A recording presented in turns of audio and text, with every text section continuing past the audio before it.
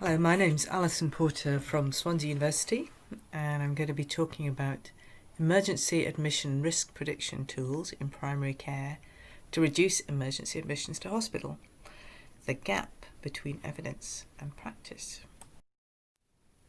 So what are we talking about? Well, people like this lady here, Shirley, seen in conversation with her GP, part of a older population group, certain number of comorbidities, and potentially at risk of having to have an emergency hospital admission. Not a great thing if you can avoid it. It's not nice for the patient. It's not necessarily the most effective way of delivering healthcare.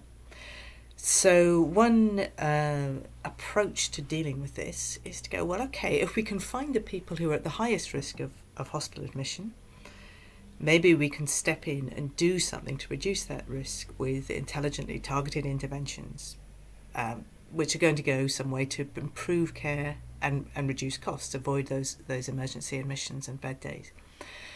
The best way to do that, we know, is to use tools which use algorithms based on routine data. Of course, doctors do have a pretty clear idea of patients who are at risk, but they're not actually as accurate as a predictive risk tool. And what those can do is stratify the practice population. In other words, split it up into groups of people at different levels of risk. Here's an example of one of the tools which does this. This is one that's called Prism, that was developed by and for the NHS in Wales. About 36 different bits of information feed in there about each patient, so demographic information, age and so on, but also information on diagnoses, previous healthcare use and so forth. So with information on all the patients at a practice, there's a number of different ways that a practice manager or a GP or a nurse can draw something useful from that about the risk of individual patients. And here is one of the displays you can get with the Prism tool, which is a cone there of risk. There's a very small number of people at the top level, level 4, the highest risk of admission as an emergency within the subsequent 12 months. And then bigger population groups, moderate risk, low risk, and then the vast majority of the patients of the practice are very low risk. And people can move between those levels. The tool is constantly refreshed and updated with information on patients about new diagnoses, new treatments and so forth. So once a month, for example, you could go in there and see who are the top risk patients, or potentially the next level down, the ones you may have more chance to intervene with and do something useful.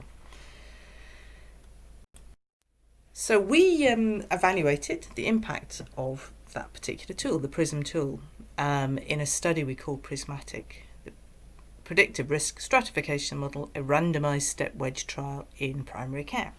So this was conducted across 32 practices in one health board area in South Wales. So the tools rolled out cluster by cluster across all those practices, which in effect means that each practice or each cluster is its own control before and after. And so that's NIHR funded study is completed now. So there's the big report in the NIHR Journals Library. There's a slightly shorter write-up of it in Quality and Safety in Healthcare. What did we find? Well, our primary outcome we were interested in was the number of emergency hospital admissions. We were also looking at things like bed days, emergency department attendances, outpatient attendances, and of course costs. What we found, what we were hoping to find, or what the people who designed the tool were hoping to see, was a reduction in those. Actually, what we found was that all of those increased. And some of the other things we collected information on about patient satisfaction, patient quality of life from standardised questionnaires, there was no change in those, no significant change. So what we saw there was something which was introduced in order to save costs and actually resulted in additional costs, £76 per patient per year. That's every patient registered in a practice within this health board area, not just the ones who had admissions or the ones at high risk groups, everybody. So you can see when you scale that up to the number of people in the area, that starts to get to be quite serious money, hundreds of thousands of pounds. Yet, these tools are in use. So we did a study called EARP, Emergency Admission Risk Prediction Survey, to explore the implementation and use of these tools across primary care in the United Kingdom. So we wanted to find out roughly how many general practices did have access to these tools, not necessarily how much they were using them, but whether they were available within the practice. We wanted to find out which tools they were and to look at how they were being used. So going to every practice would have been a vast task, as there are thousands. So we went via the sort of higher level groups. So in England, the clinical commissioning groups, in Wales, Scotland and Northern Ireland, the health boards. And then we followed up with semi-structured interviews with a sample of sites. We had an amazing response rate, 74%. And what they told us, the representatives from the health boards and clinical commissioning groups, that they indicated that overall across the UK, about 3/4 of practices have access to a tool at the time of the survey, 73.2%. There's a big variation across the UK. So Northern Ireland, 100%, Scotland, 84%, England, 75%, but then variation across England. Wales, down at 14%. Now, this is not surprising because the Welsh Government, having developed the Prism tool, held off on full implementation, awaiting results of the prismatic study. So we then asked our respondents about what different tools were being used and about how they were being used. So it's an extraordinary number of different tools were mentioned, over 39 different tools. Some of them were locally developed. Some of them were developed on a larger scale. So, for example, Scotland had an equivalent to Prism called Sparra. And some of them were commercial products from providers such as United Health that local NHS services had bought into. And of those, 64% were based on validated risk models. The most common reason cited for using them was about individual patient care. So case finding, identifying patients for follow-up or review by GP practice staff. So that was mentioned by 3/4 of the respondents. The other main uses were around sort of service planning or development. 28% at practice or practice group level. More commonly, 41% at the higher level, at CCG level or health board. And then a minority of people, 18%, mentioned the use of these tools in relation to service evaluations. If you want to know more about this, there is a paper will be coming out in British Journal of General Practice, which says a bit more. So that's the picture. We found in Wales this tool which was having the opposite effect to what we hoped, and yet still there are loads and loads of tools out there in use. And certainly in England, this is not surprising because there's been big sort of policy push towards this kind of thing. So going back to 2005, the old National Service Framework for Long-Term Conditions mentioned and promoted the use of risk stratification tools. Then there was an enhanced service specification, so GPs were contracted to identify a certain percentage of their population and put in interventions, and they were strongly encouraged to use tools to do that. That ran for a couple of years. It was discontinued in 2017, but in the meantime, quite a lot of money was spent on paying GPs to use such tools. What else? We've got within NICE guidelines, the one on multimorbidity mentions this as good practice, something to be encouraged. There was a lot of work through the Vanguards programme, sort of local developmental work in terms of primary care across England, promotion of risk stratification in that. They did not, the evaluation that was attached to that didn't find massive benefits either. And then finally, this is very recent, March 2020, the framework for enhanced health in care homes, primary care contracted to deliver additional services to care homes, and mentioned within that document is the use of risk stratification. So it's embedded in policy.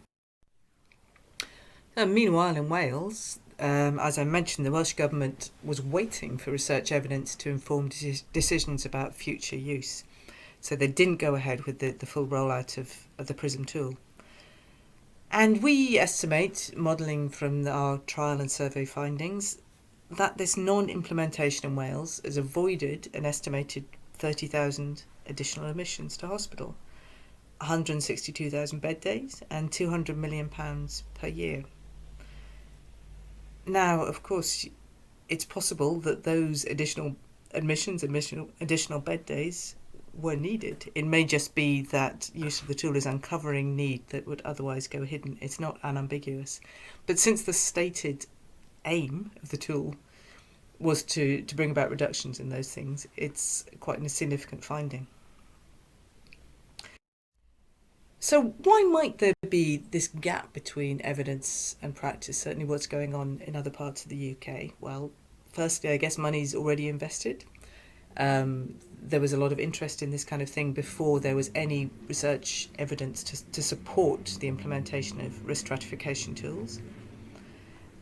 Maybe that people are simply waiting for more evidence, or believe that it's a complex situation, that there are, of course, many things which can influence emergency admissions, not just the specific intervention within primary care. And it's also, I think, worth thinking about the idea of technophilia, this enthusiasm for IT and healthcare, which sometimes is seen as a solution in itself, rather than helping you to get to a certain point that you need to be. So although ours is the largest study in this area to date, it's not the only one to cast doubt on the value of GP-led case management for high-risk patients. So there was an evaluation in Manchester with similar findings. It's also been suggested that an emphasis on those with the highest risk scores is not appropriate, as there may be little you can do to keep these people safe and well at home. So instead you may be better off going for that next level down, the tier 3, because you like to be able to have more impact with those at slightly lower risk. And as Professor Martin Rowland from Cambridge University said when considering our research, perhaps the emphasis on reducing emissions and cost savings is wrong. The focus should be just on improving care. And there's another message here too, I think, about the challenges of ensuring that health policy is based on the best research evidence. So while our study was taking place, NHS England brought in 3 annual cycles of payments for case management of those at risk of admission. So would they have committed these costs if our results were known in advance? Perhaps not. But the time it takes to design, gain funding, then deliver robust research, which in the case of this study was 7 years, is at odds with a desire to achieve immediate impact on health challenges. Thanks very much for looking at this presentation. If you've got any comments or questions, please let us know by writing below the video, and we will read and respond to them. If you want to get in touch directly by email, there's my email address below. Thanks.